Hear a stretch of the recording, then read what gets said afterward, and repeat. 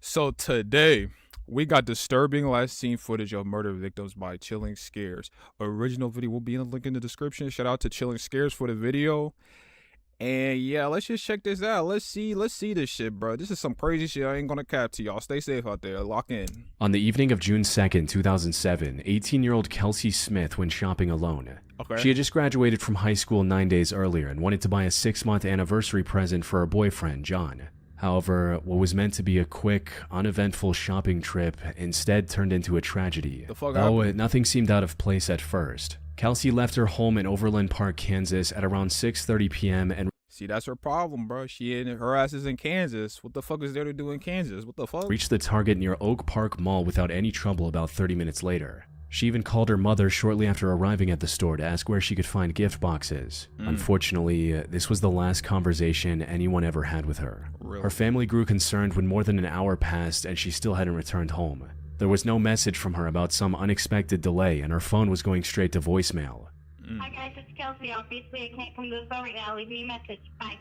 Kelsey was the kind of person who would call her parents even if she was just a few minutes late, so for her to disappear like this was highly unusual. Around the same time, Yeah, somebody kidnapped her ass. John I'm telling y'all, Kansas, bro. That Kansas is in the middle of the fucking, in the middle of the country. So it's just like, what be going out in Kansas, y'all? We don't know, bro. I'm in Kentucky, so I can't really talk. But I'm just saying, Kansas, like, what the fuck is there to do out there? I heard there'd be like tornadoes and shit out there. also showed up Hell at no. Kelsey's house to pick her up for their date. Unfortunately, he didn't know anything about her whereabouts either. Fearing the worst, her family filed a missing person report. Meanwhile, her sister and John started looking for her around town, desperately hoping that she was just stranded somewhere due to something minor like car trouble. And while they finally found a lead, it raised more questions than it answered.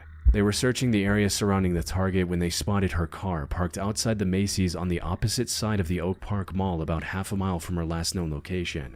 This was already strange enough on its own. However, the most concerning part was the condition they found it in. It was fully unlocked, and the only thing missing from it besides Kelsey herself was her phone. All of her belongings, including her purse and the gift she bought for John hours earlier, were still in the car. Oh yeah, somebody kidnapped her. Somebody put her in the back of that white van. Which begged the question, what could have possibly caused her to abandon her car in this state? Fortunately, Macy's had a CCTV camera pointed at the Oh. parking lot, allowing investigators to acquire the footage and analyze it for potential clues. Let's see. However, nothing could have prepared them for what they were about to uncover. The fuck? This is how a Bro, woman. what are they about to uncover? Better not be no bullshit. Y'all, you better not do no bullshit. And I need to get YouTube Premium, bro. I ain't gonna cab. Like, this is bad. Like, bro, I ain't gonna cab, bro. Yeah, I need to get YouTube Premium. These fucking ads is crazy. CCTV footage showed the car pull into the lot at 9:17 p.m., over 2 hours after Kelsey was last heard from. However, instead of Kelsey, an unknown man wearing a white t-shirt got out of the driver's side door and quickly fled the scene. Unfortunately, The fuck? What you mean? So he just got out and left? That's it? That's all the footage we have? There's no way. the footage was too blurry to see any identifying features besides his clothes. When What year did this happen? Like, is this recent or is this old? Cause why did the I can't even fucking talk. Why did the CCTV footage look like that shit was recorded in fucking 1950? In 1950 to even have that type of quality. So it's just like, the fuck? Like, I don't know. I need answers. I need answers. investigators didn't know at the time was the color of his shirt would prove crucial in this investigation. Oh, really? But for now, the focus was on finding Kelsey before it was too late.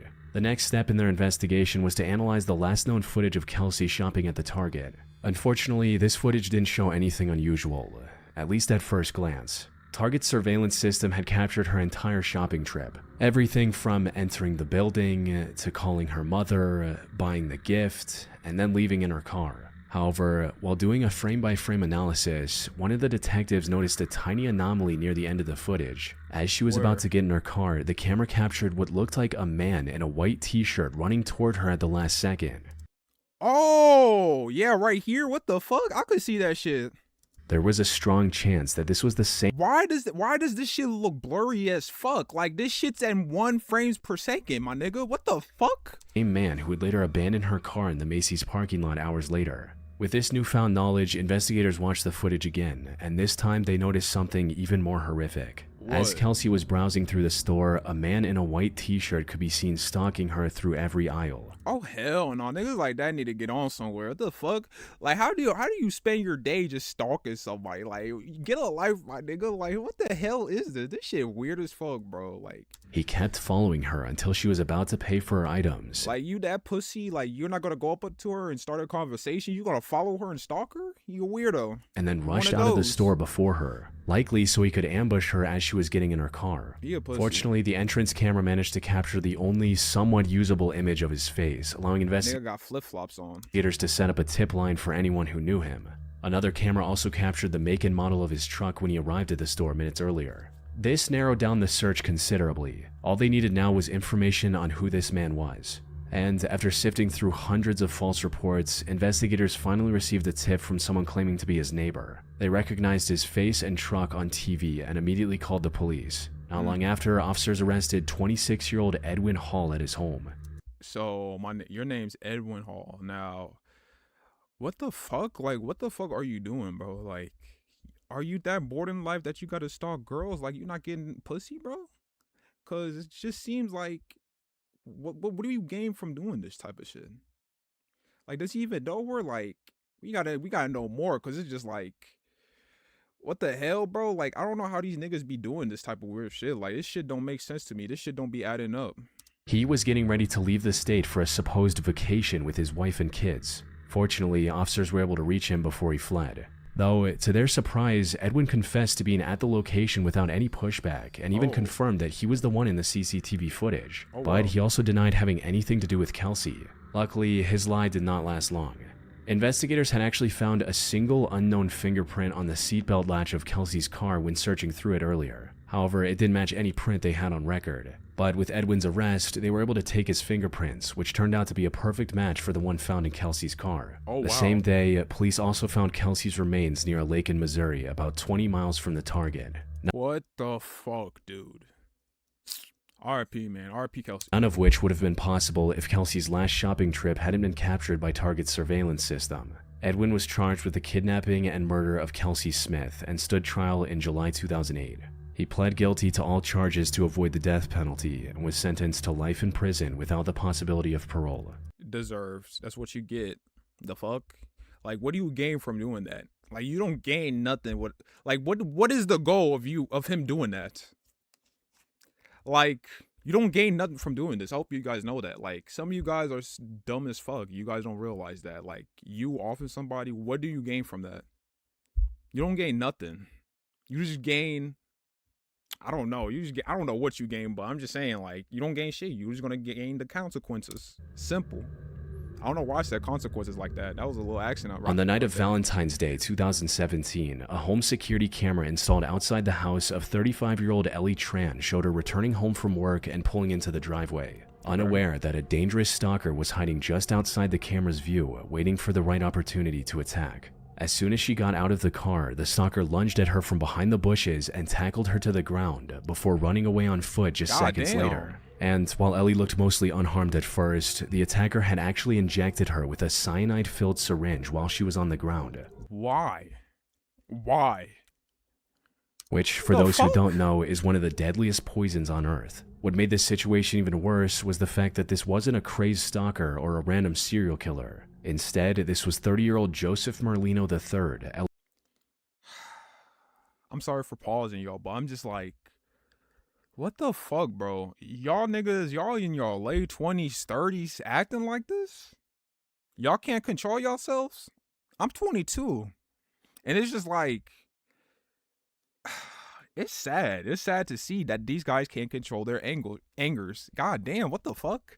Y'all hearing my accent good, bro. Like, that shit coming out, pulls. But I'm just saying, Joseph Menro III, nigga, you 30, bro. You, like, where the fuck did you get the cyanide from? That's the main question I want to know. Like, that's what I need answers to. What the fuck? Ellie's ex-boyfriend and someone she had a 2-year-old daughter with. The two got into a relationship sometime in late 2013, and things started off quite well. However, Joseph started becoming aggressive when Ellie became pregnant and invited her parents to live with her. You see, Ellie had actually immigrated to the US from Vietnam before meeting Joseph. She wanted to build a stable life in the US with Joseph and their child, but she also wanted her parents to be a part of this new life. So in 2014, she flew her parents to the US and gave them a place at her and Joseph's home. This became a major point of contention between the couple, with Joseph becoming more and more aggressive with each passing day. I ain't gonna lie, the parents there, I don't know, it would be awkward, I'm just saying. Things escalated to the point of physical violence by mid-2016, forcing Ellie to break up with Joseph and get a restraining order against him. She also kept full custody of their daughter. However, Ellie knew that Joseph wasn't going to leave her alone so easily. She lived in constant fear that he would one day show up and take their daughter from her, which was the only reason she installed security cameras both inside and outside her home. But even Ellie couldn't have predicted the lengths Joseph was willing to go for revenge. Immediately after the attack on February 14, Ellie tried to get inside and call 911. She didn't know exactly what had happened, but she knew he had injected something into her leg. But she passed away before making that call. Bro, RIP, bro, like, bro, this nigga's sick as fuck, bro. Like, he's a pussy, bro. Luckily, her mother saw everything, including Joseph's face as he was running away. She called emergency services and Ellie was rushed to a nearby hospital. Unfortunately, it was already too late. Cyanide prevents cells from using oxygen, which is needed to keep them alive. The cells can no longer produce energy, and vital organs like the heart and brain start failing rapidly, leading to a state of internal suffocation, even if the person is breathing. That nigga's fucked up, bro. All she was trying to do is just take care of a child, and you want to come over there acting like a little ass kid because you can't see your kid? Grow some fucking balls, nigga. The fuck? You 30, nigga. Why the fuck are you? I got no words. It's just like, hopefully that nigga gets life in jail. By the time Ellie reached the hospital, she had already suffered severe brain damage. She was pronounced brain dead shortly afterward, forcing her parents to make the painful decision of cutting off her life support. Bro, that just hurts my heart, bro. Like, Joseph, bro, hopefully you get the death penalty or life, bro. I'm not trying to see you again, bro. Like, no cap, you a weird ass nigga, bro. The home security footage, alongside the statement from Ellie's mother, allowed investigators to zero in on Joseph and arrest him just 3 days later on February 17. They also searched his home and found several other dangerous items like guns and materials for making explosives. However, despite the evidence, Joseph tried to claim that he was in a different city on the night of the murder and that the person in the home security footage was someone else. However, the prosecution didn't believe any of it. Phone records proved that his statement about being in a different city was a complete lie. More importantly, prosecutors were able to prove that the murder was fully premeditated. Forensic analysis of his internet traffic revealed that leading up to the crime, he had searched terms like, how many milligrams of cyanide will kill you? What if cyanide gets in the bloodstream? And what if cyanide gets injected? What type of searches? Bro, this is just crazy to me. Investigators were also able to track down the people he purchased cyanide and the syringe from on marketplaces like eBay and Etsy. However, what, they sell this shit on eBay? What the fuck? Okay. the most damning evidence proving his sinister motives came from an incident that happened back in December 2016. According to Ellie's mother, Ellie was coming home from work one day when suddenly a man approached her and threw an unknown chemical on her. Thankfully, the chemical only burned her hair and caused minor burns on her scalp. Bro, this nigga's a mad scientist and shit. And this nigga's making chemicals and fucking explosives in the house. Like, what the hell? What the fuck he got going on, bro? Allowing her to he putting that against the mother of his child, literally. He's doing that to the mother of his child, which is fucked up because he thought that he can't see his kid. And it's just like, it just says everything about Joseph. That's why his ass is getting life. Recover without any permanent injuries. Ellie later told her mother that she believed the attacker was Joseph. This showed that Joseph was coming up with ways of harming Ellie even before the lethal attack. Joseph, however, stayed adamant that he was innocent and even went on a hunger strike for a few months before his trial. Prosecutors believe he did this to lose a lot of weight and look significantly different from how he looked in the security camera footage, possibly hoping to trick the jury into handing out an innocent verdict. Unfortunately for him, this plan failed as well. He stood trial in December 2018 and was sentenced to life in prison. Life, damn, I knew it, bro. It's just like, well, we don't even really know what happened. It may, I don't want to even assume because I don't even know like everybody involved, but from this footage right here, I don't know. He said he was in a different city. Then you got the mom there and the dad, and I don't know. It's like too many people in that house, you know. It could be anybody, but I'm just saying, like, I mean, Joseph was the closest to her, so I guess, hey, gotta serve that life, man. Hey, bro, can you make me something that sounds like I The just died? fuck, dude? Okay, a little ad next. On the 12th of May 2022, a government inspector was doing a land survey in the wooded area surrounding the National Guard Armory in Wadesboro, North Carolina. But partway through the survey, the inspector discovered the last thing he was expecting behind the armory, a What? complete human skeleton. Whoa. The only other items nearby were a black top and a pair of women's leggings, indicating that this skeleton likely belonged to a woman. Further Yeah. inspection of the remains also confirmed that she had likely passed away somewhere between 9 months and a year ago. Now, this was a major discovery, especially because it happened in a not-so-secluded area near a government building and a high school. There was also a strong chance that this person either got lost in the woods or was placed there by someone trying to hide their crime. That's crazy. Near a government building in a high school? Oh, Lord. Either way, it would have been best to make the finding public and enlist the public's help in identifying the person. But for unknown reasons, the Wadesboro Police Department did not report it publicly. Of course they didn't. I mean, what do you expect when there's a body literally behind a high school in a government building? You know they're not gonna make it public, you know. It wasn't You already know how the game works. Come on now. I don't even have to say too Till- much. until January 2024 that this case received its first major update. Someone from the Wadesboro area came forward with disturbing images their trail camera had captured back on August 21, 2021, close to the armory. They showed a woman, possibly in her mid to late 30s, walking alone in the forest very early in the morning. She was barefoot and was struggling to walk while using a stick for support. Oh, she was Her stranded. leggings and support stick were also wet up to her knees, suggesting she might have walked through the creek just south of the trail cam. More importantly, she was wearing the same top and leggings the surveyor would find alongside the skeletal remains about 9 months later. Yeah, how do I tell you guys? It's just like, if you guys can't connect the dots, you guys can't connect the dots. It's just simple as that, but I already know what happened. However, Tough. while the trail cam footage gave a face to the remains, investigators were still no closer to identifying her. She didn't match any missing person reports in the area, leaving investigators with no clear leads to follow. Really? With no other option, authorities uploaded the trail cam images alongside any information they had on the National Missing Persons database, which turned out to be the correct move. Not long after the case gained traction online, the woman was identified as Amber Ray Johnston, who was 36 years old when she went missing back in August 2021. This trail cam footage was the last time she was seen alive. Her mother What the fuck is this? What is this? What is this contraption that I'm seeing right here? What is this used for? Let me know. recognized her after coming across the images online. A DNA test in March 2025 also confirmed that the skeletal remains belonged to her daughter, Amber. What? Her daughter? She had a daughter? What? The only question that remained now was The what fuck? happened to Amber? How did she end up in Wadesboro, North Carolina, over 2,200 miles from her home in Bullhead City, Arizona? You should know. Unfortunately, the answer to this question would turn out to be far more complex than the investigators might have expected. Let me hear. Amber's story began in Bullhead City, Arizona, where she was in an emotionally and physically abusive relationship with her on-again, off-again boyfriend, Jarrett Ward. Both Jarrett and Amber also had a severe substance abuse problem, which only made their relationship worse. Of They eventually course. broke up in the summer of 2021, and Jarrett went back to his hometown in South Carolina.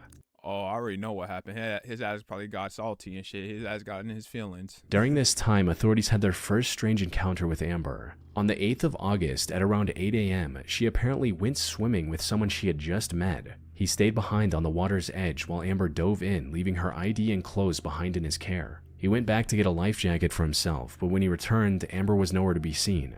Assuming that she might have drowned, he contacted the police, who began a search and rescue mission immediately. However, just hours into the search, police received a call from Amber's landlady stating that she returned home safe. Then, in mid-August, she got on a Greyhound bus and started traveling east. It's unclear if she was going back to her mother's place in Pittsburgh, Pennsylvania, or if she was planning on visiting Jarrett in South Carolina.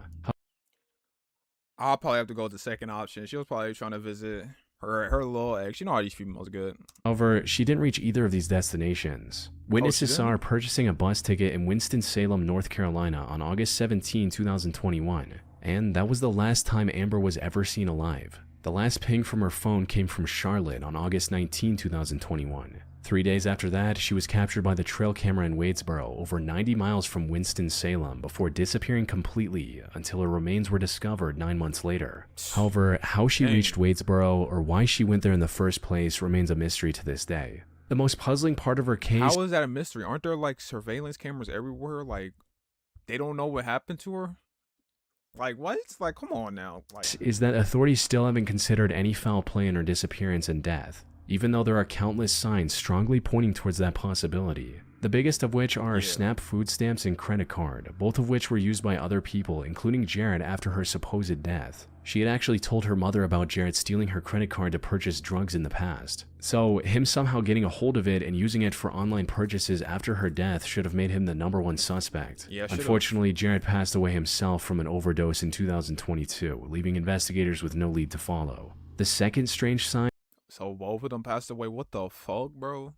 I don't know. It seems a little suspicious. Is a travel video that was posted to her Facebook account on August 18, showing the bus traveling through Birmingham, Alabama, even though phone records showed that she was in Charlotte, North Carolina the next day. It's possible someone else posted this older travel video on her account to throw off anyone looking for her, but there's no way for us to confirm or deny that theory. It also makes little to no sense for Amber to get lost and lose her life in a patch of woods that's surrounded by a government building, a high school. Yeah, literally, like literally behind literally behind a government building in the middle of the forest. Like this is literally in the middle of nowhere, bro. Like look, it's just trees, my nigga. Like look, the highway's all the way over here. A hospital and several restaurants and convenience stores all within walking distance. Lastly, her lack of proper clothing and use of a walking stick in the trail cam footage also points to something far more sinister than yeah, something dark happened, because why the fuck is she bro, like why the fuck is she like this, bro? Like the fuck happened to her? She got a stick. Like god damn, what the fuck happened to her, bro? It's just like crazy that we'll never get to know what really happened to Amber. She may still be alive, but who knows? We may never know.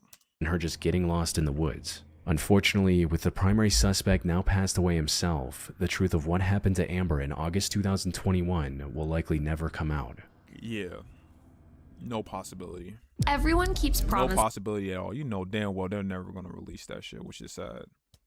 You know, like, that's kind of crazy if you think about that shit, because it's like you find a skeleton behind a government building and you're not going to I'm not gonna say too much. On the morning of January 25, 2019, Elizabeth Barraza, known to her friends as just Liz, woke up early to set up a garage sale outside her suburban home in Tomball, Texas. She lived there with her husband Sergio, and the two had been happily married for nearly 5 years. Sheesh. Their 5th anniversary was also just a few days away, and they had planned to spend the occasion visiting Universal and Disney parks in Florida. They were both massive fans of franchises like Harry Potter and Star Wars. So you know what the crazy thing is? I've never watched Harry Potter. Like, I never actually sat down and watched a Harry Potter movie. I watched Star Wars. I fuck with Star Wars, but I've never watched Harry Potter for some reason. I don't know why. Maybe I need to tap in. this was the perfect plan for their special day.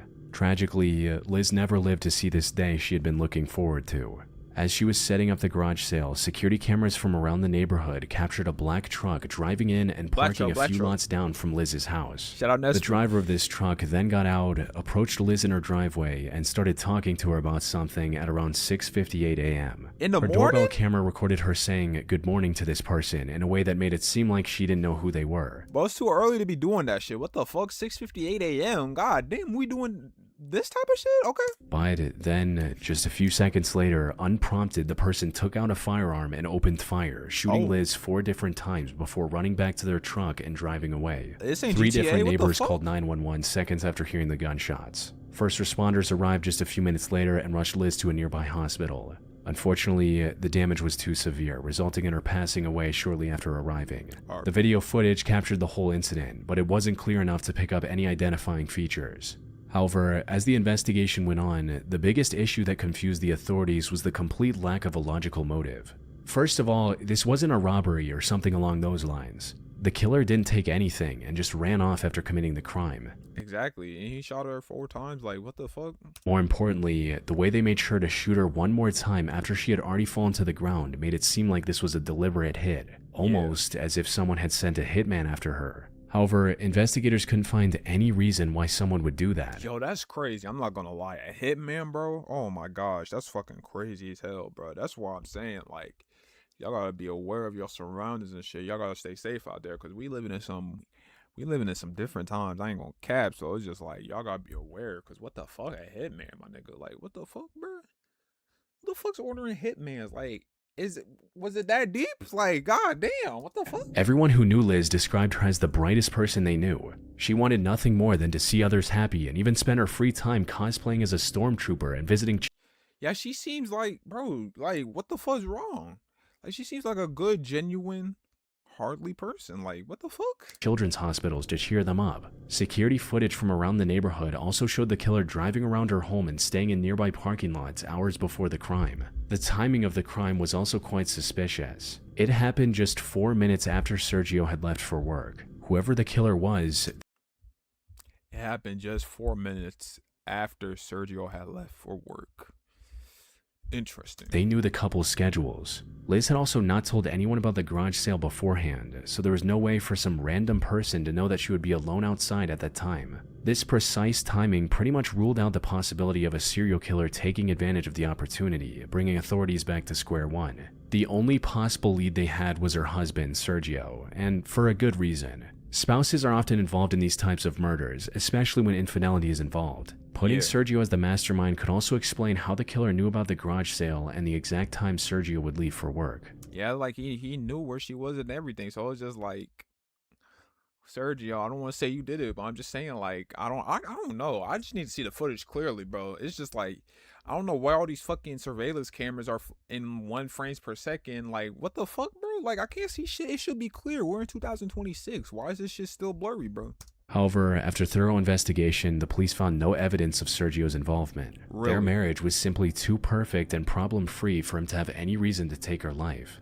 So you tell him, bro, first of all, I can just tell what type of person she is, like, and I don't even know her. She seems sweet and genuine. She don't even look evil, like, she generally doesn't look like she don't mean no harm to nobody. Now, Sergio, I ain't gonna cap, bro. I see them eyes, bro. I see them eyes, bro. You looking, well, I don't know. I don't know what could happen. Cause people be going through different shit and shit. So it's just like, I don't know. I don't want to say he did it, but it's just like, who the else could do this? Their marriage was simply Like, who the else could do this? Like, respectfully, order a hitman on her, a person like her. Like, come on now, it just don't make sense. Like, she's only close with him. There was a couple, so I'm just saying, bro. I'm just saying. too perfect and problem-free for him to have any reason to take her life, leaving the mystery of Elizabeth Barraza's death completely unsolved to this day. That's fucked up. Unsolved. That's fucked up. I ain't gonna cap. Like, just like even hearing that unsolved, like, what the fuck? What you mean unsolved? Unsolved. No, that shit actually pisses me off. Like, that's like another human being. Like, and it's just like, you guys aren't even gonna like try. I feel like it's like 50-50 with Sergio. I ain't gonna lie. I feel like he did do that, but I ain't gonna say too much. Because I wasn't there and I don't know anything about this. It's my first time hearing this, and I can barely see the footage. But I'm just saying, Sergio, you was the only one closest to Elizabeth, and I'm just saying, the vibe I'm getting from Elizabeth, I don't know. She doesn't look like she's dangerous or like harm to anybody. It's just like she seems like she just goes to work and minds her business. She seems like a lovely lady, but I don't know. Crazy February world. 2021 started off as a particularly cold month for the residents of the small town of Plains Township, Pennsylvania. A blizzard the night before had deposited over 30 inches of snow across the region, forcing most of its residents to shovel snow from their driveways if they wanted to get their cars out. However, for a local couple, 50-year-old James Goy and 48-year-old Lisa Goy, this simple activity proved lethal when they got into an argument with their neighbor across the street named Jeffrey Spade. The fight had started with Jeffrey accusing the couple of dumping snow too close to his house. A home security camera outside James and Lisa's home captured the argument as it escalated, with both groups hurling increasingly demeaning insults and curses at each other. In the heat of the moment, Jeffrey threatened the couple's lives before returning to his home.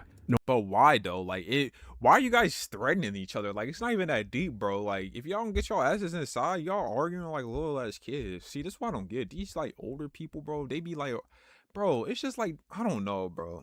It's just like, why are you wasting your energy on your neighbor? Like, if you don't just go back into your home and just chill the fuck out, this is what I would do. I would not be standing out in the cold arguing with my neighbor across the street about some fuck shit. Like, what? Normally, this would have been where the argument ended, However, Jeffrey had something much more drastic in mind. What? Seconds later, he came back with a firearm and opened fire, hitting the couple multiple times. Why though? See, you gotta stay away from these Jeffrey niggas. These Jeffrey niggas they're different. I ain't gonna cap. You gotta stay away from these Jeffrey niggas. You gotta be aware. If you friends with Jeffrey, you just gotta be aware of yourself, because something's wrong with these niggas. These niggas are like aggressive. Like every Jeffrey nigga I know, they is like aggressive and shit. I'm like, damn, bro. It's like it don't even get that deep where you have to do that shit. You could have just got back home, but this nigga got in his feelings. This nigga's emotional. He can't control his emotions. He's a fucking grown ass kid, literally. I'm 22 and I'm telling him this, bro. This nigga's probably like 40, 30, acting like this. He got in his feelings, and that's tough, my nigga, because that's never me, nigga. I would have got back home, because I ain't about to be outside doing all that chit chat. You better catch me with these hands, nigga. I don't know why he did that dumb shit. He's fucking dumb as hell. He kept shooting until he ran out of ammunition. Oh yeah, he's fucking crazy as hell. These Jeffrey niggas crazy. After seeing that both James and Lisa were still alive, he went back inside and returned with a different firearm and took their lives at point blank range. Why? What the fuck is wrong with this nigga? See, bro. This is what this Jeffrey nigga probably got bullied in school his whole life. Cause it's like, why the fuck are you doing that type shit? The fuck? Does it get that deep where you have to do that? They're not even a threat to you. What they're threatening by talking to you? You can't have a normal conversation without getting in your feelings, in your emotions. Like, dude, with me, I'm just a peaceful ass nigga. I'll be talking peacefully. You don't see me yelling and shit. I'm at a normal tone. I'm at a normal frequency. This Jeffrey nigga, he's a little crybaby. He's a grown ass crybaby. And that's just simple as that, nah, nigga. You took people's life because you got in your feelings. You can't control your emotions. You basically you a grown ass kid.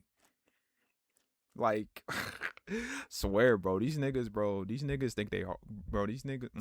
By the time first responders arrived at the scene, both Lisa and James had already passed away. But that wasn't all. Police entered Jeffrey's home to arrest him for his crime. However, Jeffrey, understanding the drastic, irreversible decision he had just made, likely didn't want to spend the rest of his life behind bars. No, he has to. He literally has to. He has to. He did what he did. He needs to take accountability. Simple as that. So, after ending James and Lisa, he ended everything for himself as well. Oh, he's a pussy, yeah. Yeah, Jeffrey's a pussy. I don't give a fuck. He's a pussy for that. And I don't give a fuck if he did what he did. It's just like, you a pussy at the end of the day. You wasn't like that at all. You gotta off yourself because you don't want to take accountability. Yeah, okay. Ending the investigation before it even began. Okay. Yeah, he didn't want to take accountability. He didn't want to go to jail. Hey, don't worry. God got solved for him for even doing that. So it's just like, come on now.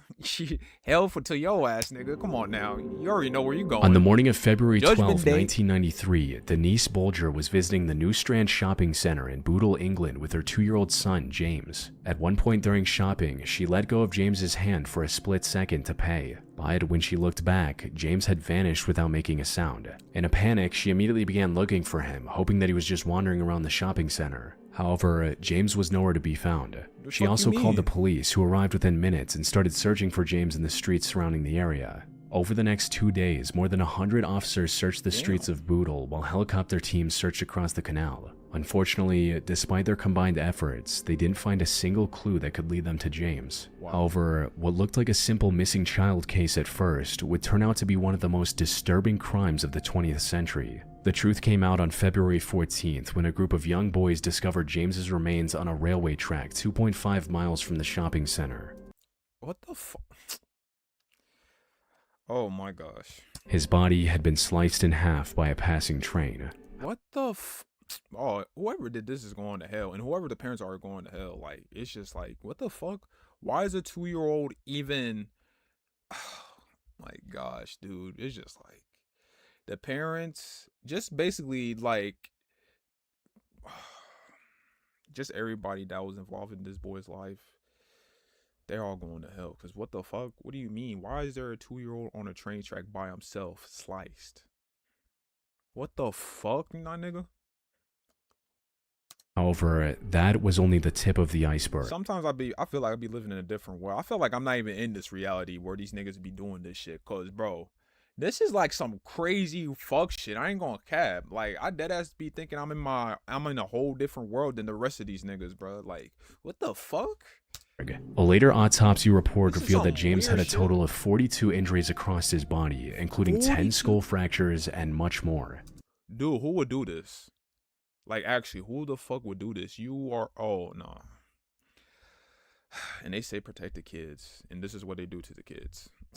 It's just like While the graphic y'all sicken me, bro. Y'all literally sicken me, bro. details of James's state are too gruesome for YouTube, but they can only be described as an act of pure, inhuman cruelty. Someone had spent a long time inflicting pain on the poor boy before he inevitably passed away from the injuries. However, the most shocking revelation of the case was yet to come. With the discovery of James's remains, the focus then shifted to uncovering and catching the person or persons responsible.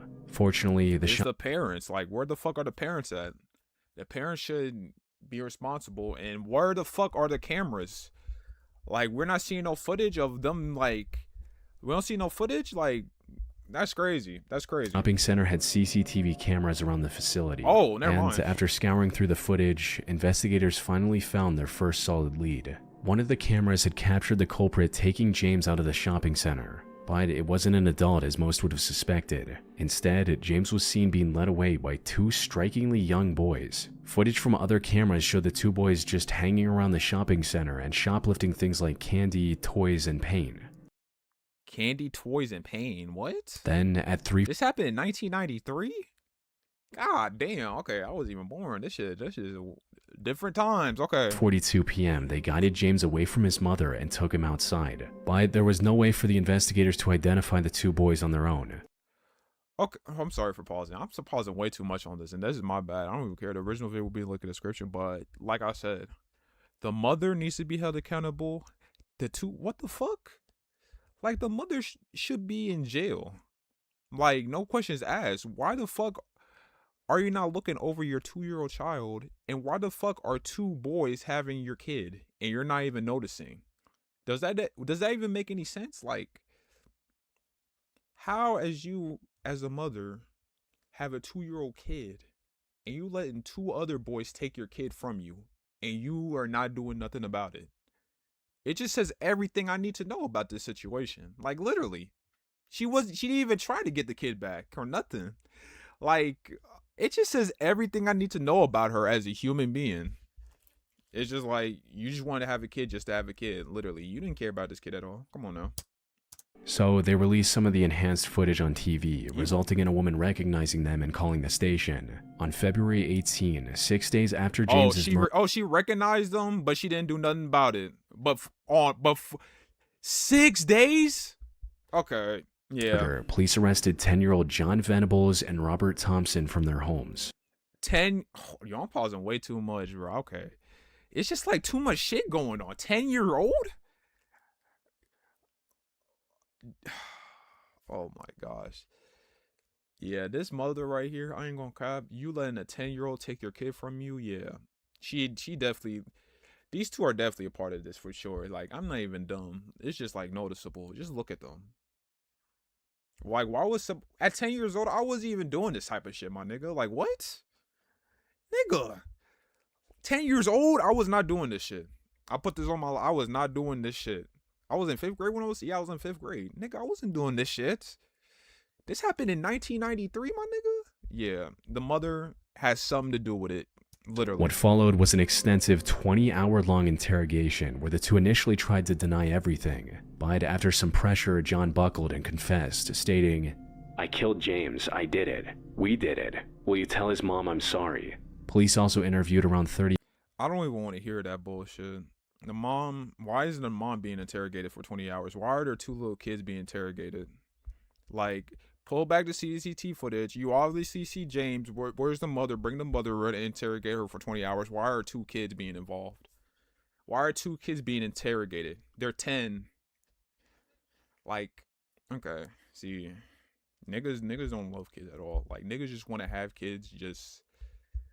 I don't know. It's just some weird shit, dude. It's just some weird shit with these niggas, bro. Like, witnesses who saw James with John and Robert that evening to get a full picture of what happened. John and Robert skipped school on February 12th and went to the shopping center with the express purpose of abducting a child. Why? As one of them later confessed, they were planning to take James near a busy road and push him into oncoming traffic. Dude, what the fuck is this? Somewhere between taking him from his mother and going out, their plan took a turn for the worst. Oh, so the mother allowed this. I hope you guys know that the mother allowed them to take their kid and do this shit. These females, something's wrong with these females, literally. There's something mentally wrong with females. They don't know how to operate right, literally. And that's not sexy. I'm just saying, like, they just don't, like, what type of shit is this? Your kid? Yeah, something's mentally wrong with you. And I don't care. They took him Simple to the as that. railway track instead. Once alone, they forced James to endure the unimaginable until he finally passed away. They then dragged his remains onto the train tracks to make his death look like an accident before going back home. Because they demonstrated a clear understanding of the wrongness of their crimes, John and Robert faced a full adult trial in November 1993. And the evidence... Why are the kids... I know the kids did it, but where is the mother? I keep hearing the mother keep being involved in this. They literally said the kids went to take James from his mother. So they obviously have some connections with her. Why wasn't she involved in the trial? This is just pathetic, bro. Against them was overwhelming. Investigators found drops of James's blood on their clothes, imprints of their shoes on his body, and much, much more, leaving no... Yeah, I feel like James's mother are her kids as well. Like, I feel like they're all connected. They're all four of them are connected. Cause the mother, we still haven't heard from her. She's still clueless. And it's just like, I can connect the dots and see what's going on. And the police don't even need to even do this for me. I know how to do this shit. This shit's too easy. I know the answers to this shit. Doubt about their guilt. They were found guilty and became the youngest convicted murderers of the 20th century. Though, despite their adult trial, their sentence was still in line with their age. They were sentenced to indefinite detention with a minimum of 8 years behind bars. After 8 years, in 2001, John Venables was released with a new identity to protect him from public retribution.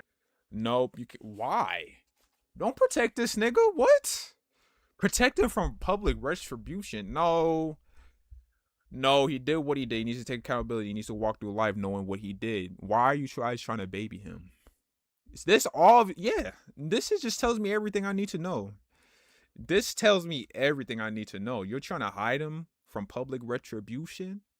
This nigga's a grown ass man. He's 18 now. He knows what he did at 10. At 10, nigga? Come on now. Like, no. But he has been repeatedly recalled to prison for breaching his parole conditions and was found to still pose a danger to children. Robert Thompson remains... You still a danger to children. You a sick fuck, nigga. ...is free on license and is... Bro, niggas like this, I would... Niggas like...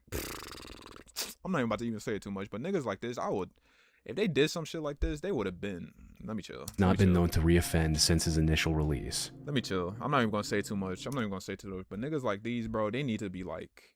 Just get rid of them. Like, good. For good. They do not need to be here on planet Earth. Like, what do they gain from being on this planet? What do all of these niggas that did these crimes... What do they gain from being on this planet? Like, John, that nigga needs to go already. There's no point of him... Let me chill. Because it's like... These two niggas... And this... I don't know. Let me chill. I'm yapping way too much. But if you guys are new, subscribe to the channel. This was a long ass video. This last one, I don't know. This one is suspicious. I don't like it. And I yapped way too much on it. But yeah, we just gonna leave it off right there. And I'm out.